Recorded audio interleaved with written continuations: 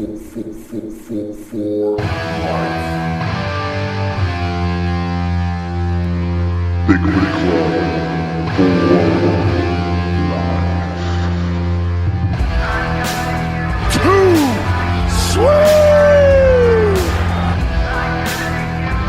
Ladies and gentlemen, welcome to Bigfoot Club.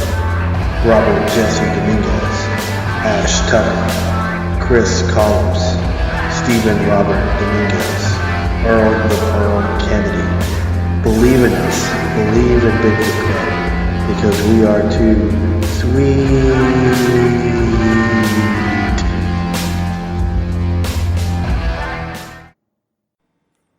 Hey everybody, Robert Jesse Dominguez, Bigfoot Club Season 2, Episode 20. Hey, this is actually a different podcast today. I got permission to do this from Dark Side of the Insanity, from the Paranormal Junkyard group, James, Maynard, and Jamie. They interviewed me on May the 22nd on a Friday, and they're allowing me to actually resubmit this under Bigfoot Club. So this is my interview with them. I hope you enjoy it. So here we go.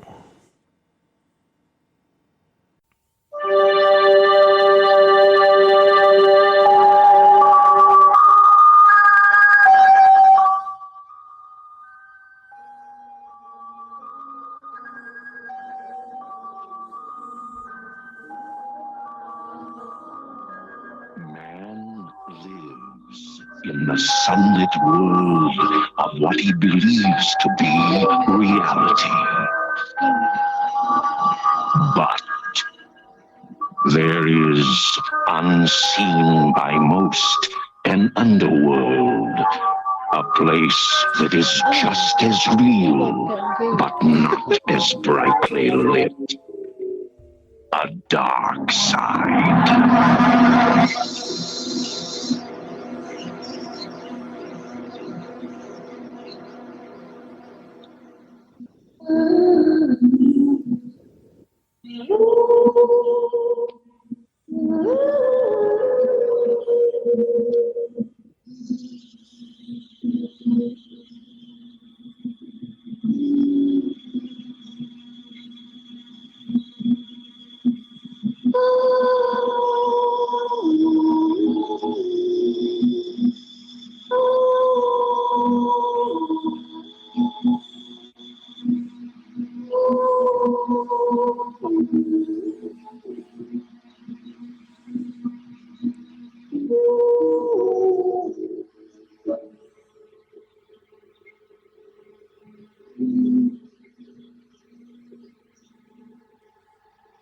Good morning. Good evening. Wherever you may be. Around the world. You're listening to Dark Side of Insanity. with Jamie and James. Woohoo! Hello, everybody. How's everyone doing? Tonight we have a special guest with us. His name is Robert Dominguez. He is a Bigfoot researcher and paranormal investigator. How are you doing tonight, Robert? I'm doing good, guys. Thanks for having me on. It's our pleasure. So could you tell us a little bit about what you do? Yes. Well, I can say this for sure. I'm doing a predominantly like podcast stuff right now, but I've done Bigfoot stuff since 1999, and I've done paranormal stuff since 2011, and I've kind of slowed down a little bit, but I'm still the admin. I'm the admin for paranormal investigations of North Texas, and I kind of lead that. And I kind of, when people reach out to me there, I kind of just kind of assist them and try to get them to get help. And if they're seeking help or seeking some kind of resolution for like a paranormal incident, I kind of assist them on that. So. But that's where I'm at right now. That's awesome. So, what kind of incidents have you dealt with when dealing with the paranormal? Usually, it's funny that you say that, because like I've gotten some strange cases, and people reach out to me on the Penn, Texas Facebook group, and there's a couple of them I got, and I wasn't able to hear back for them. One of them was a story of this guy. I believe he was in Killeen, and I think he was on the military base on Killeen, and he reached out to me, and he said that he called me up, and this is back whenever we had Penn, Texas website. He reached out to me on that, and so I called him up, and he was claiming that he just got back from deployment, and he was on base at a housing unit by himself, and I guess he had just got divorced or something, and he had a dog with him, and he was his dog jumped up. He was like in the evening time watching TV or something, and his dog jumped up and ran to the back of the house. So he went back there. He pulled out his service weapon, went to the back, and he thought it was a burglar. And it was this image or this silhouette, and it was facing, I guess, the back of his room. And it turned around, and it didn't have a face, and it said, "We are many," and then disappeared. So he kind of freaked out. He kind of freaked out, and I guess he went to like a hotel or a motel and emailed me, and that's how he reached out to me. So I called him, and we talked a little bit, and man, it was like I was trying to help the guy, but he didn't return like any of my calls. So that was kind of odd. It sounds like it. I wonder if he ever got that figured out. I kind of feel like he was kind of reluctant to do it because it was on base, and he was maybe embarrassed or something. I'm not sure. That could possibly be. So, have you? I know you do Bigfoot research. Mm-hmm. Have you ever caught anything, like any sounds? I think whenever I first started in Bigfoot stuff, and I was with a group called the Texas Bigfoot Research Center, the TBRC. They're now called the North American Great Ape Conservancy, something I forgot. But anyway, whenever I was with them, we did put a bunch of cameras out. We did put a bunch of audio stuff, and we got a bunch of stuff, but it belongs to them, so I don't have it. And whenever I was independent, doing like independent stuff, I did capture a bunch of stuff in the woods, Lamar County, Paris, Texas. That's in East Texas. I did catch a bunch of stuff there, but however, the gentleman that I was on his property I was on his property doing it. He asked me not to release anything because he didn't want anybody coming to research on his property. So I didn't. We didn't keep it. So I did catch a bunch of stuff, and it was amazing. It was like we were getting calls, and I think a lot of times we were getting like a bunch of mimic calls. So you would hear a horse, and at the very end of the horse, you would hear, and it was like, that was odd. You would hear, so it was, I go, horses don't do that. So to answer your question, Jamie, yeah, I did catch some stuff, but I'm not allowed to share it because I promised this guy, and he's already passed on, that I would not do it. So I'm not going to do it. Understandable. So, have you caught any other evidence, like video or footprints or like tangible stuff besides just sounds? Actually, like I was saying, when I was with the TBRC, that was our goal, was to document and to verify and to prove this animal existed, like in East Texas, and that was our goal. And I was all aboard on that, and this was like in 99 to 2003. I left the group in 2003 and decided to go on my own. The group was doing stuff that I didn't agree with, so I left. And once I left and did like independent stuff, I changed a little bit. So I no longer cared about documenting stuff. I cared more about helping people. So, because I mean, let's face it, there's some people like in East Texas who see this animal and they don't know what to do. I mean, why are they seeing it? If they talk to a spouse and they don't believe them, and they talk to local law enforcement, they don't believe them. They don't have nowhere to go. So there was a lot of people who needed help. So I reached out to a lot of people, and people reached out to me too, and I would just help them deal with it and kind of go from there. So Okay. There's some people and a lot of theories that say that Bigfoot is not a flesh and blood creature, that it's like extra dimensional, that they see them after they see like UFOs, and that they just pop in and out of our reality. Do you think that that could be a possibility, or do you believe that it's just a flesh and blood creature that only some people have actually seen? Yeah, that's actually a good question. Again, like I said, whenever I first joined the TBRC, that was the old school way of thinking of stuff. We would that's what I'm gonna name drop Luke Gross. He's my mentor.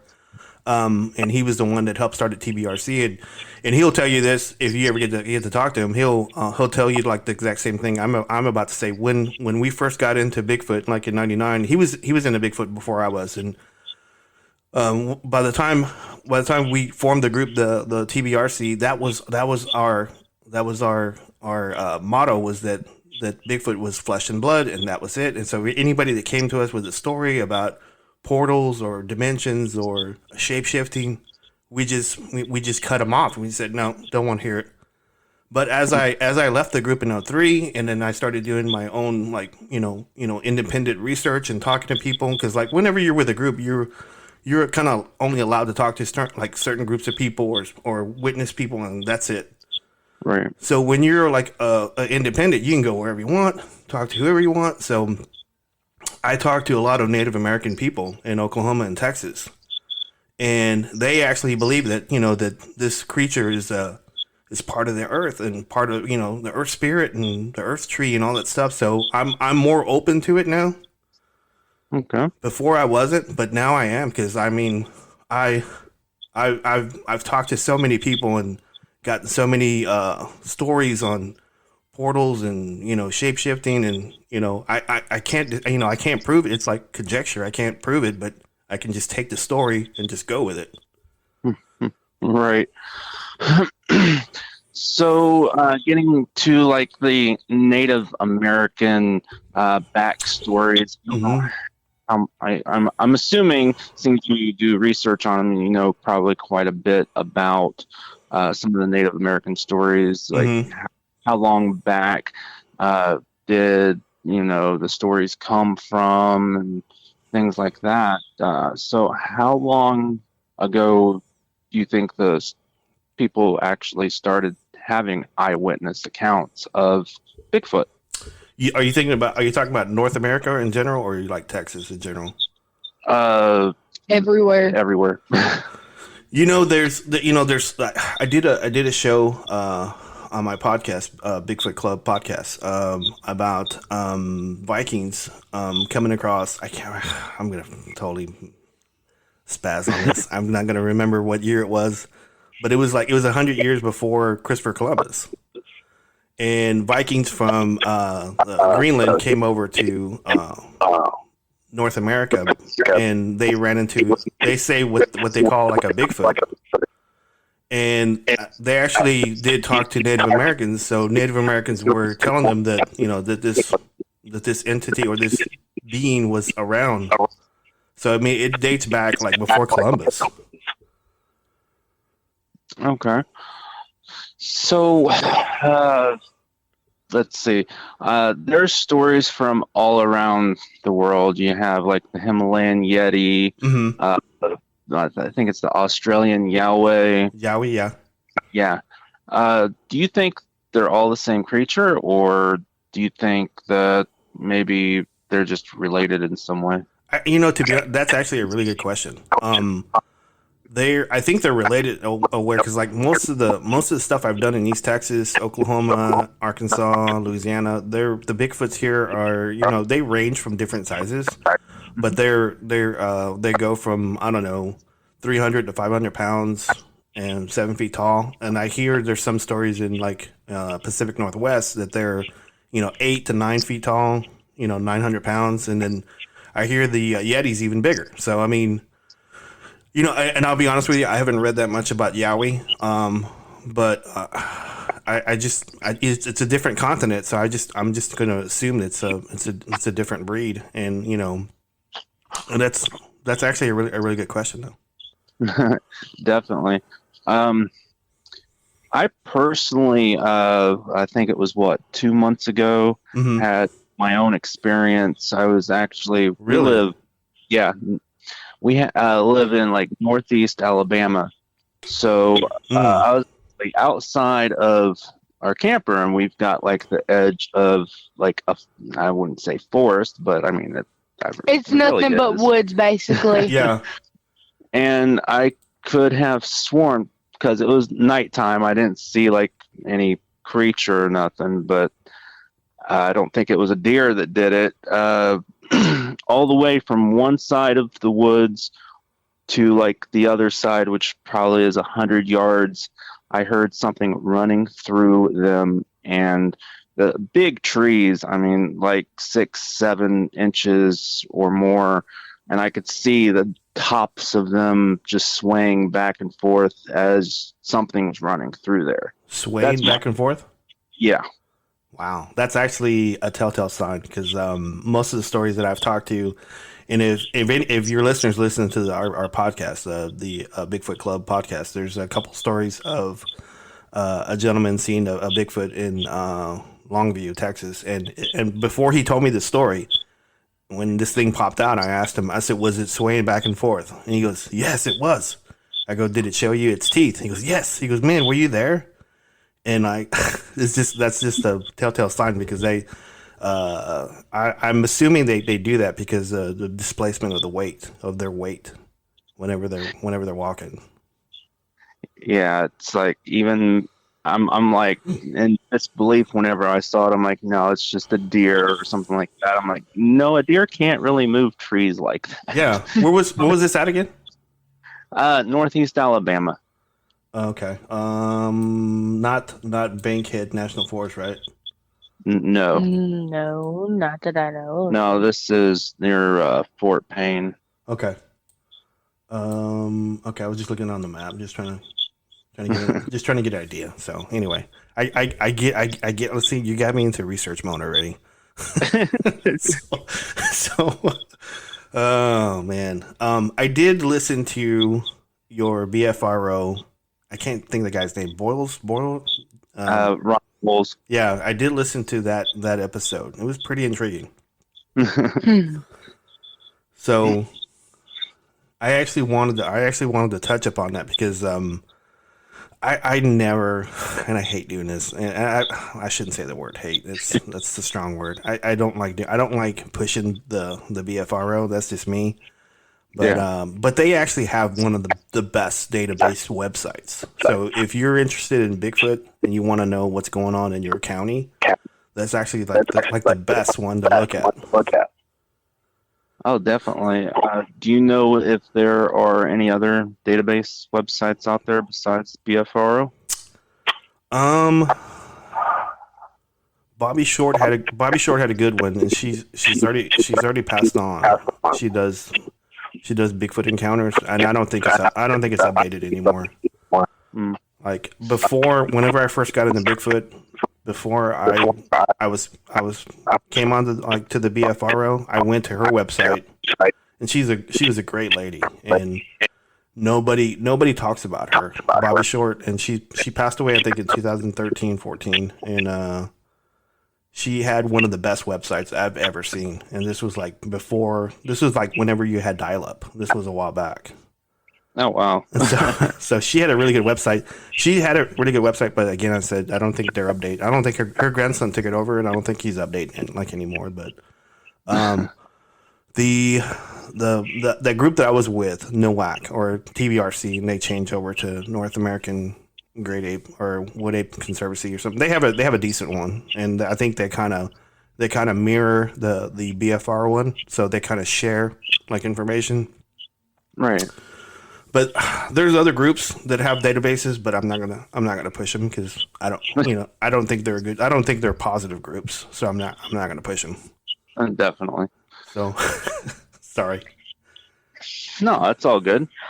Also, my grandmother, when she was a younger child up here where we're living at now, when they was building a house that had burned down not maybe about 5 years ago. It burned down. But when she was first building it, my grandmother had smelled something like a skunk out. And it was funny the way she said it. She told me that she thought it was a panther or a Sasquatch. I can't do it her way. It's just hard to read too. Yeah. So she was building it out. She was building it out. What now? She was building the house there, and then what else happened? There was something that started coming like a strong odor.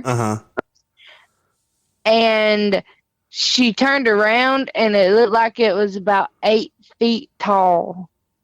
And next thing you know, all the kids run into the house. Wow.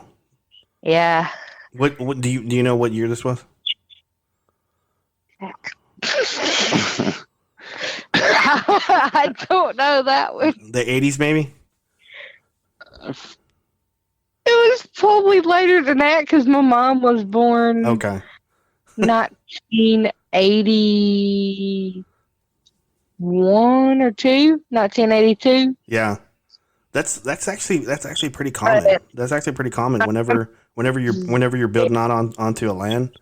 And Bigfoots are not used to it. They'll come out and they'll see what's going on. And I did have a story once when I moved up to Tulsa from 2009 to 2011, and I did have a story in the east part of between Tulsa and I think that's Kansas City, and there was a story of this lady reached out to me and she said that she had gotten this land from it was inheritance or something, and so she was building a house there, and so she had a mobile home that she set up in this part of this area, and it was really rural.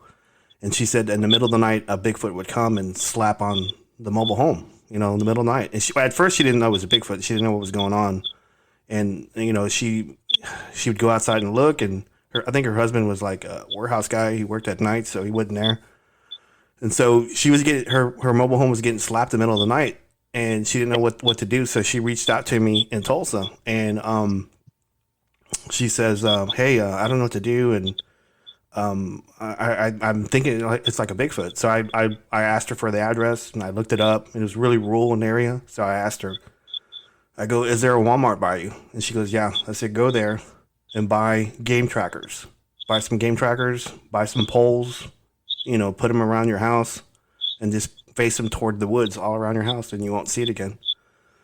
So that was the theory that I had, is that these Bigfoots were avoiding game trackers. And so to go off your story about the Bigfoot coming when your grandmother was building the house, that's common. That's common. So that's interesting. Yeah. She realized that they was building it on something's property. Yeah. Because she told me that, and she said, "Well, that screaming you told me about that you heard," yeah, she said, "It reminded me of that story that happened to me when I was younger, way younger." That's interesting. Yeah, I've heard screams sitting on the front porch at my grandmother's trailer. Man, but I think my mom told me a similar story. she used to pick vegetables when she was younger, and this was like, I don't know, like 1940s maybe, late 40s, early 50s, and my mom had told me a story about her and my grandfather went up to Indiana, and it was called Indiana Harbor, and Yeah. they were picking parsley, and I think I want to say parsley and broccoli, I think. And my mom was telling me the story, and she told me that they heard like a roar, like in the woods, coming toward them, and all the workers there were all Spanish, and so they were all yelling "oso." Oso means bear, and so everybody got in their vehicles and took off. And I go, "Did you see this bear?" And she goes, "No." And I go, "Mom," I go, "bears don't vocalize like that unless you run into them." I go, if bears don't see you, they're not going to vocalize. They're not going to scream. I go, "I think you had a Bigfoot stuff." And so she goes, "Really?" My mom goes, "Really?" I go, "Yeah." I go, "What else was going on?" She goes, this bear was like shaking trees. I said, "Bears don't do that." I go, "Bigfoots do." So my mom didn't know it. In the 40s, she had like a Bigfoot incident. So. Oh, wow. I know, right? So going off each other's stories about moms and stuff, that's kind of awesome. I love that. Definitely. So, besides Bigfoot, you also do paranormal investigation. Does that include ghosts or spirits or other kinds of paranormal encounters? Yes, it's a funny story because actually I was doing Bigfoot, like I was telling you, I was doing Bigfoot stuff in the early 90s, and I left the group in 2003, and I was doing my own stuff from 2003 to 2011, and I was recruited by Kendall Wilkerson. She's actually the founder of Penn, Texas, Paranormal Investigations of North Texas. And she recruited me, I guess, because she needed a seasoned researcher, and she was forming this group. And I've always been interested in paranormal. I just didn't know where to go or where to look or who to talk to. And, I was going into chat rooms and stuff. And so she recruited me, I guess, because she saw me on some website or something. And so she asked me if I wanted to. She saw I was in North Texas. She's in North Texas as well. And so she reached out to me, and we ended up forming Penn, Texas, and she made me like the case director. And so right away I was like thrown in, and I was doing research. We actually researched it's called, I can't, I'm gonna spaz on this again too. There's a hotel in downtown Dallas. It's called the Lawrence Hotel. Okay, it's called the Lawrence Hotel, but it's called something else now. I don't know what it's called, so I forgot. So but we actually did it like 3 weeks before Ghost Lab did on the Discovery Channel, and we actually got more evidence than those guys did. So it was kind of cool. But normally, we would do like big places like a hotel or a warehouse. But our bread and butter was like families. So if a family had an incident, especially if it involves children, we would jump them up really high and do them like right away. And but we did do some residential stuff and some stuff that was we debunked, and some stuff that we would figure out. We would try to document what was going on in their house, whether we thought it was demonic or just residual or whatever.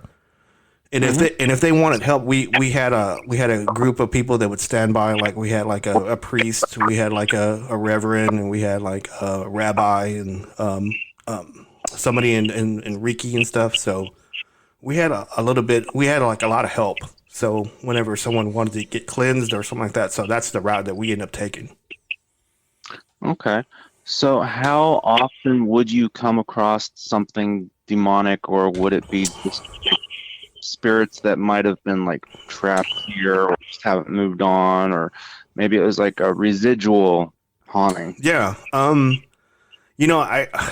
I personally haven't dealt with anything demonic. But most of the stuff that I've run into has mostly been like you said, residual or just like, I think most of the cases I end up doing was somebody that's not knowing that they're like a conduit, you know, someone who attracts spirits and entities. And like we would like research like some people's houses. I can't, give out people's names and stuff, but we would actually research some people's houses, and like we wouldn't find any history of like deaths on the property or anything like that, or anything on the grounds. And we finally concluded it was like one of the members of the family actually was like an antenna for spirits. So I thought that was kind of interesting, and because like it just happens that way. So. Definitely. So, how much research do you do in a place before you go in and investigate? I try to do the best, because that's the part of the stuff that I love. I love doing background checks. I love doing research on someone's property, and I know I talked about this on Crazy Cat Paranormal podcast. But I would go, like if someone had like an incident, I would go to the tax appraisal's website and look up the address. Then you look at, who owns the house, the lot number, stuff like that. And then from there you can go to the county clerk's website. And some counties have it, some don't.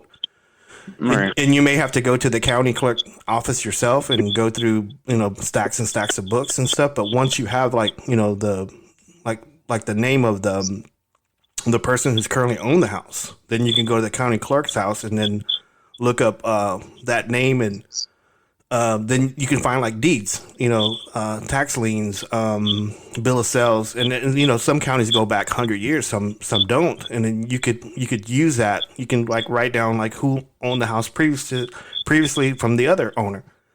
And then you would write down names, and then once you write down names, you could go to the library, the local library, and start looking up, old newspaper articles and trying to see, who was born, who died. And then whenever you do an investigation, then you can use it as a way to get responses. So, so that's the way that I would do it. Right. So. I had a question and I lost it. It happens more times than none. That's fine. So, whenever you're in doing your research, how often do you come across a place that's had like a really horrible incident that's attached to it?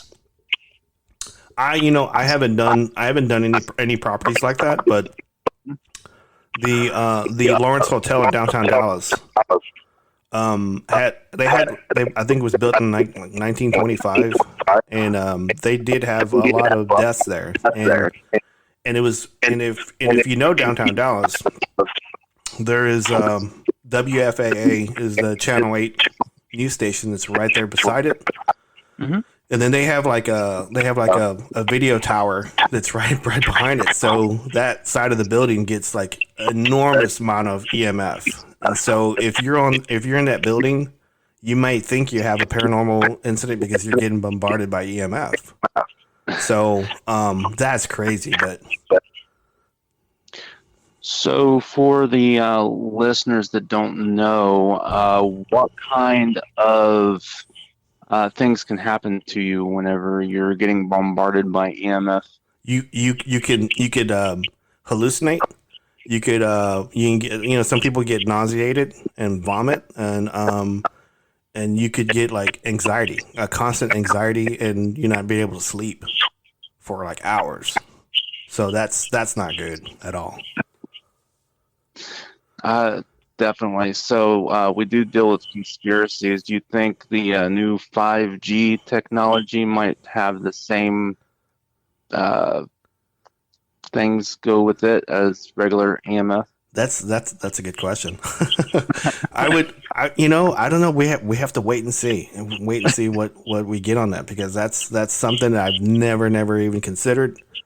But now that you mention it, yeah, we have to take that into account, because we don't know how it's going to act, or how it's going to treat people 6 months from now, a year, 2 years. We don't know. Definitely. That's a complete different type of show right there, though. Yeah. So, a couple of things that I've asked other people. What is your take on Ouija boards? I don't like them. I know that. I don't like them. I think because I preach this on, I shouldn't say preach. I say this on Pentex's website all the time, that if you a lot of people don't believe in God or the devil, but just because you don't believe it doesn't mean it's not there. So whenever you do a Ouija board, you open yourself to stuff that's not in this world, and that's just my point of view. It doesn't make me right or wrong, but whenever you do that, you open yourself up. So if you open yourself up to something that's not of this world, then they're going to take advantage of it and use you as a vessel. And that's just the point of view I have. So, right. Well, then if you open up yourself, wouldn't it be also a possibility that you go into a place and you're doing like EVP work? Wouldn't that also maybe open yourself up to things as well? If you say stuff like "use me as your energy" or use me as use me as a conduit, I think that's when you do it. So if you walk into a paranormal situation or investigation, and before you do that, you say whatever denomination you are, you say prayers, whatever, and then you just say I want to accept it. I don't accept it, and I don't want you to use me as a vessel. So, and then you go do the investigation. So once you do that, but if you openly say it, then I think, that's just me, how I view it.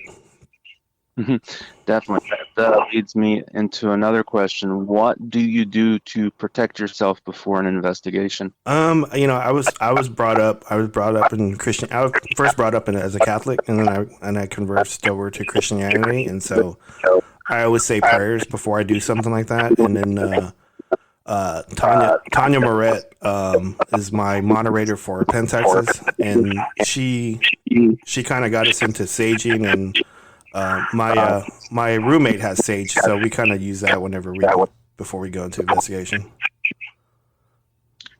So how exactly? I mean, you don't have to give exact details, but how would one go about saging a place to help protect themselves? That is a good question that I do not know, because that stuff like that I would hand that off to someone else that's more experienced than I am. There's actually some people in Penn, Texas that specialize in that. I probably should have asked them before I did this show, but yeah, that's actually a good question. I actually don't know, and I'll be honest with that. So, are you a part of a group of people, or do you do your investigation solo?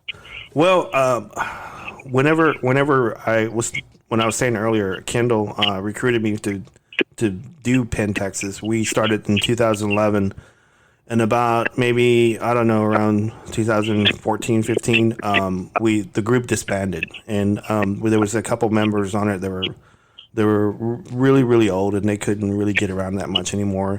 And then we had some other members go out of state and they got better, different jobs, so they went out of state. So it was just myself and Kendall. And Kendall decided to take a break from Penn, Texas for a little bit, and so she handed it to me. And so right now, it's just a Facebook group. And so whenever I took it over, we only had like 67 members, and now it's close to like 500.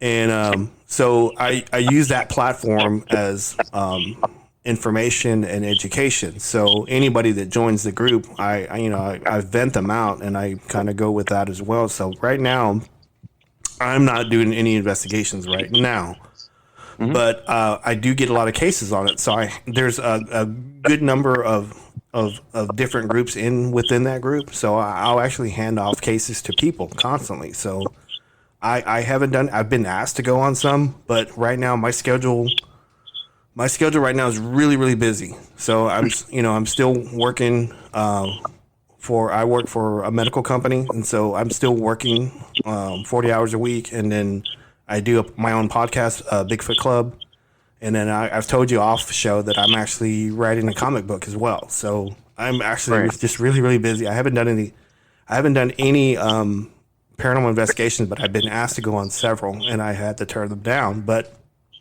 I plan to ramp back up as soon as Kendall gets back. So to answer your question, no, I'm not doing anything right now. So, have you ever been to some place that you felt unsafe? I'm not talking about like entities or demons or anything like that. I know there's a lot of abandoned places where the person goes into, and there could be other dangers that's not. Yeah. That's actually a really good question. On the Bigfoot Club podcast, I can't remember what episode it is, but it's called Brown Springs, Oklahoma. And there was a story. This is a really good one. There was a story of a lady in Gainesville, Texas, that was found and this is called Thackerville, Oklahoma. It's right behind, I think, the newly built casino there that borders the Oklahoma-Texas border. And there was a lady that was found up there with her legs bent backwards, and she was raped and killed, and she was disemboweled. And we heard the story, I think it was like in the 90s, maybe late 80s, early 90s, I can't remember. But we had heard the story on the internet. It was like me and some other Bigfoot researchers.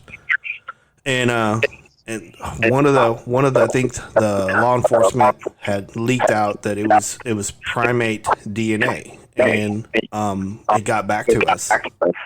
And so we decided to go check it out. This was in, I want to say 2005, 2006.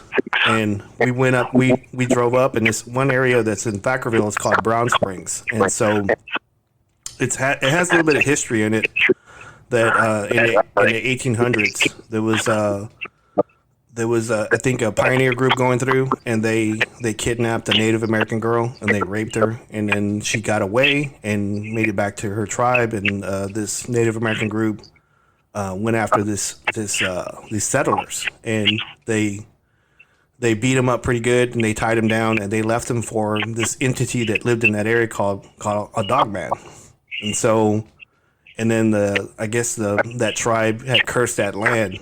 So they used to have natural springs, and then these springs turned brown. So hence the name Brown Springs. So we had researched all that, and then we went up to go investigate this area just to see if we can get a baseline on Bigfoot stuff. And so whenever I got out of the vehicle, and it was right on the Red River, man, I have never been in a Bigfoot area that had like something like pushing on my chest. Like it was like I had so much anxiety there. And as soon as I got out of the vehicle, I started walking around. You'd see like needles on the ground. It just didn't feel welcome there at all. And this was like during the day. And we walked around for a couple hours, and I think we had parked our vehicle like on the river. And then we walked around like, a couple miles up the river. We came back, and it was a big tree that was pushed down in front of our vehicle. I said, man, that's not a good sign. So we heard a cry across the Red River, like a Bigfoot yell. So we yelled back. I yelled back. I did a Bigfoot cry back. It responded. And so at the time, I had 2 colleagues with me, and then I had my cousin with me because he was like begging me to go do Bigfoot stuff, and I took him out, and he was like scared now, and so he was saying, I think we should leave. And so that was that. After we left that place, I went back and I did research for the podcast, and I later learned that the Dallas mob, I guess in the 50s and 60s, used to dump bodies up there. And I didn't know that. So that area had the most negative vibe that I've ever been at, paranormal or Bigfoot. Right. So that area is like crazy. I want to go back up there too. So. Yeah, it sounds pretty exciting. So you went in searching for something. finding another. Yeah, it was crazy because I think I had Ken Marvel. Ken Marvel was one of the investigators that went up there with me, and we did a podcast probably like 3 podcasts ago, and I was interviewing him, and he was telling me about when we were up there, and I don't recall this at all. He says that, you know, because we were spread out walking on the river, and he said he was like toward the end. He said he heard laughing like coming from the tree line, and there's nobody out there, nobody in this area. And I said, what? And he was telling me about it. I said, I don't remember that. Because yeah, man. Because we heard laughing. It was me and your nephew's wife. We heard it. And I said, why didn't you say anything about it? Because I did. I go, well, I guess I didn't remember, but but we heard stuff like that. And so somebody had posed a question to me about, and I thought it was interesting. One of the fans of the Bigfoot Club podcast was asking me, he goes, what if the EMF was affecting the Bigfoot? And I go, man, that's a great question. I never thought of that. Yeah, that's something I would have never thought of. So, because it would have caused, you know, because like normally, because like that area was slightly populated. It had some, you know, some trees and stuff. But that area like that, we wouldn't get Bigfoot stuff until like nightfall. So I don't know. This Bigfoot was like screaming back at us from the other side of the river. It was kind of crazy. So sounds like it. So sorry. When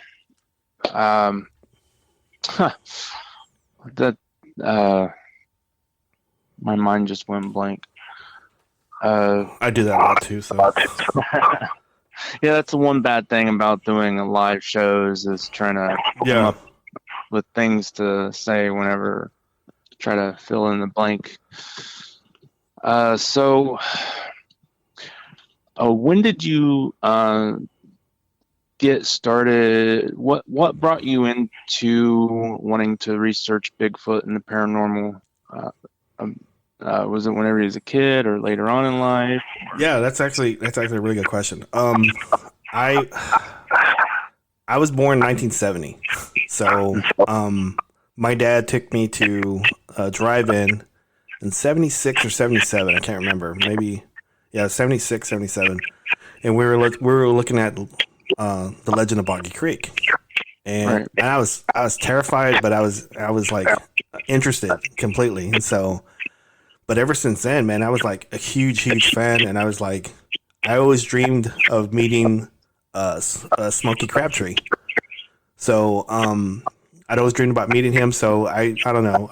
When I was a kid, I did a bunch of I checked out a bunch of Bigfoot books from Renee DeHanden and John Green, and I would do like book reports on it, and I would like draw pictures, and I was like so fascinated with it, and so.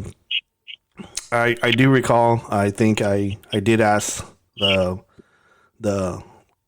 librarian to make copies for me on some articles and stuff. So it's kind of embarrassing, but because I wasn't able to check out books, and I didn't want to get made fun of, so I would ask her to do like run copies for me so I could like read like starts of books and stuff like that. So I did that, and once I did that, in the late 90s, I don't know. I was at work one day, and I typed in Bigfoot and on the internet, and this was like 98, 99, and it brought up some articles and stuff. And then I typed in Texas Bigfoot, and so I didn't think I was going to find anything. And it was a Bigfoot conference in Ohio run by Don Keating. It was the 12th annual Bigfoot conference in Newcomerstown, Ohio, and it had a guy named Luke Gross, and it was like a little picture of him wearing a cowboy hat at this conference. And so, for some reason, it had his email address. So I emailed him. I go, hey man, how does one get get involved in Texas Bigfoot? And so he emailed me back like in the next day. And I think he was in Missouri or something doing a Bigfoot deal. And he said he would be back in town for the next couple of days. And he'd reach out to me. So he reached out to me, and we talked on the phone for like 4 hours. And this was like I said, in 99. And he says, "Hey, I'm forming TBRC, and we're going to be meeting in East Dallas somewhere. So you wanna join up?" I said, "Yeah." So I was like one of the 12 original members of TBRC, and I got to join them, and we were just starting up a website, and because like before that, I'll say this: before that, there was nothing in Texas that had anything any website about Bigfoot until Luke Gross came along. So in my mind, he's like the grandfather of Texas Bigfoot. So I thought it was awesome. So once I got into that, I got into doing sighting reports, and we would get them on all hours of the night, and so it was just interesting stuff like that. I mean, we came up with ideas that I think right now that no one else was doing back then. So like we used to put up game cams everywhere, the game trackers that hunters use to find deer and like hog and stuff. Almost definitely. So we were putting that out. We were putting those out to try to catch Bigfoot and stuff. And I got to a point where that stuff, because back then that stuff was really expensive. It was really expensive. So I mean now it's cheap, but back then, like in the 90s, in the 2000s, it was expensive. So this guy had an idea. I can't remember who it was, but he had a handheld camcorder, and so we ran out of game cams. So we decided to let's just put it in a nook of a tree, and we'll just put it, it'd be ghetto, it'd be a ghetto one to do. So we ended up putting this handheld like in a tree. We went back and looked at the video, and it looked like something was like walking up on it. And we put it way in the woods where no one knew where it was at. And something walked up on it and was throwing branches in front of it. Trying to get the trigger to take a picture, take a flash. Yeah. And so we had the idea that I go, oh my God, these things can see it. They can see like the infrared beam.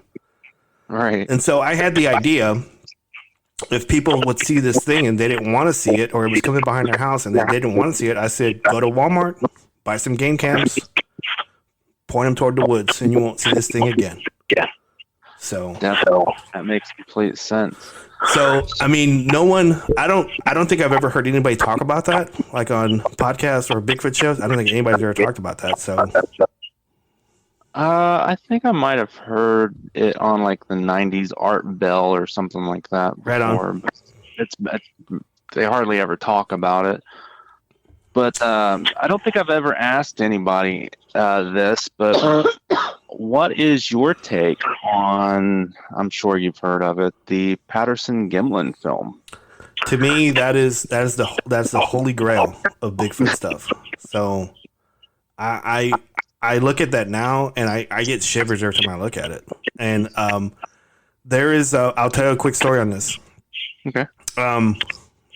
I've always believed in that, and whenever because I was talking about Don Keating's Bigfoot conference up in New Comerstown, that was the 12th annual one that I reached out to Luke.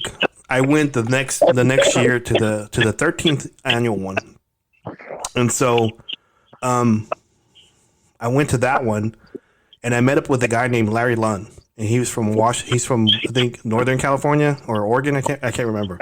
And he was an older guy. He was like in his late 50s, early 60s at the time. And he had like these albums and albums of Polaroids and pictures and stuff. So he was showing me Bluff Creek. He showed me pictures of Bluff Creek, and he said he went down. He knew Roger Patterson, he knew Bob Gimlin, and so he went down like a week after that.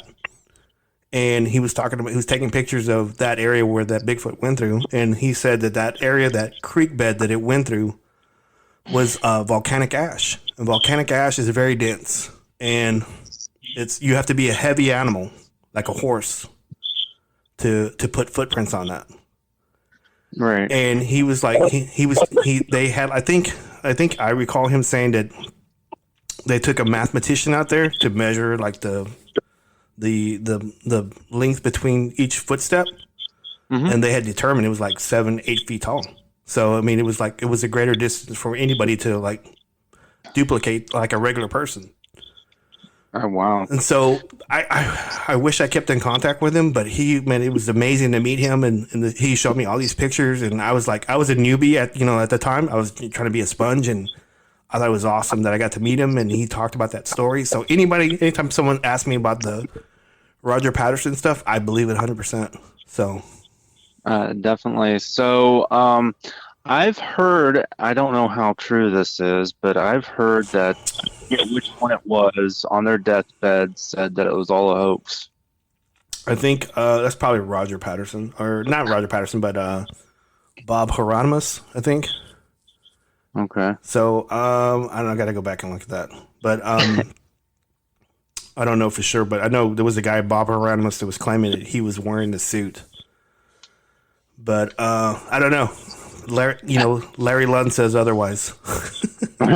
Right. So, and the details are pretty much in the video. Yeah. The articulature of the muscles and the way that everything swings, and yeah, I mean, you can even tell that it's female.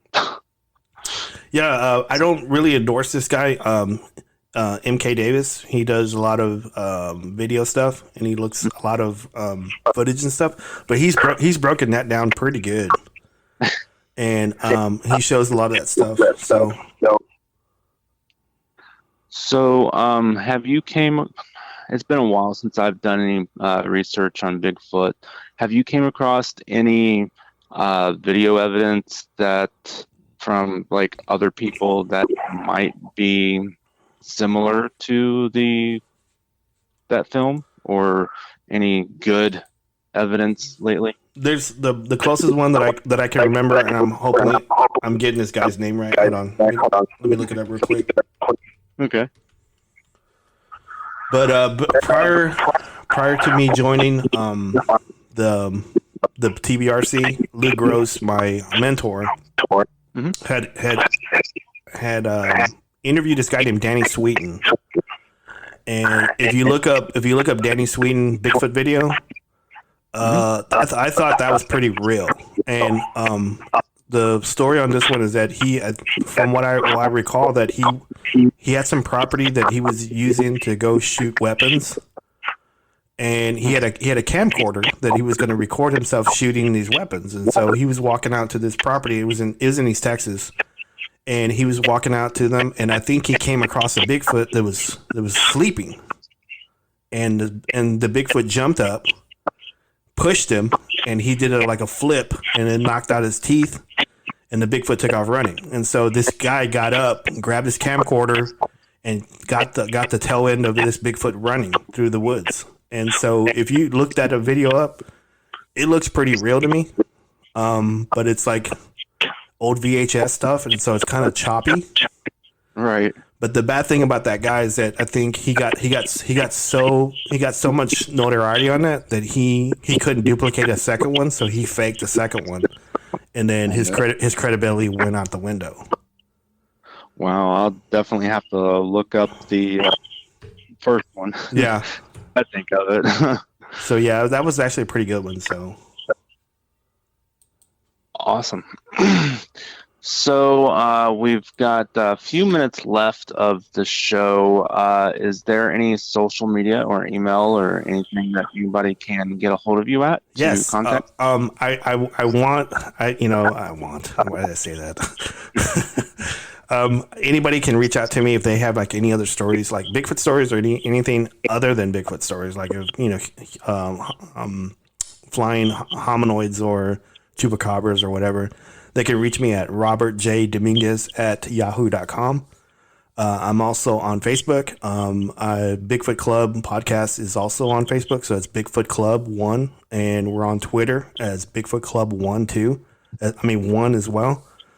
So, and we're on all the platforms. We're on iHeart, iTunes, Google Play. We're actually on Alexa too. So if you say Alexa, play Bigfoot Club podcast, it actually plays it. So that's awesome. Yeah. So I've got one final question. Mm-hmm. Why is it, do you think, that when hunters say that they've got Bigfoot in their gun sights, they can't shoot?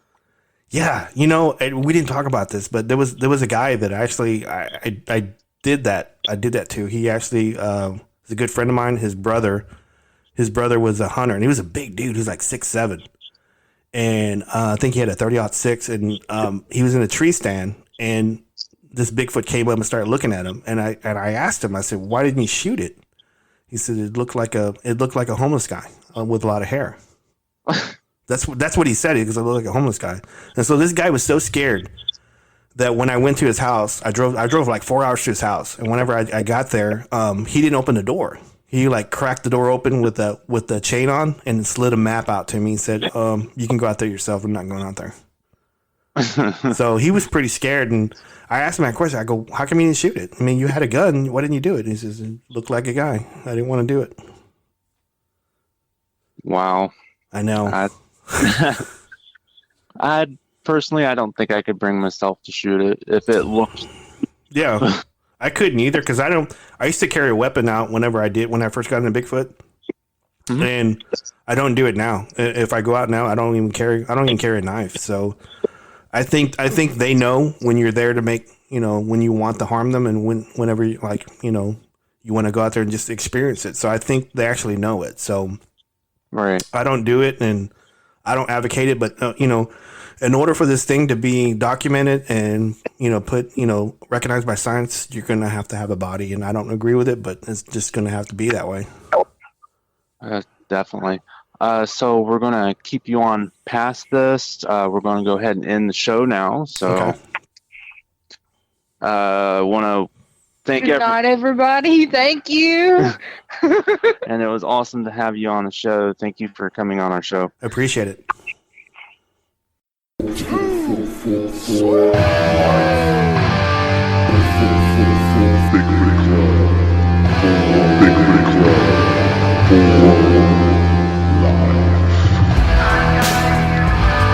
I must bid you adieu, and so, goodbye, and good night, bang!